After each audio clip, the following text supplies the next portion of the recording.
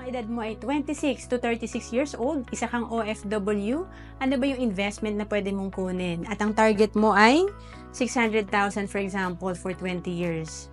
Kung naglalagay ka sa unan, kailangan mag-ipon ka ng 30,000 per year. Sa loob ng 20 years, kailangan mag-ipon ka.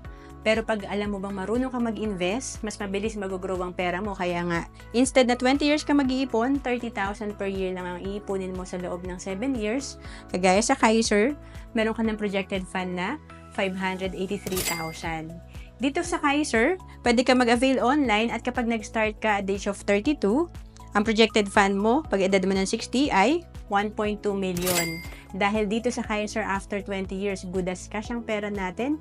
At kapag hindi pa natin kinuha after 20 years, patuloy pa rin mag-grow ang investment natin at may healthcare benefit pa tayo. Again, ang Kaiser ay pwede mong i-avail online kung OFW ka.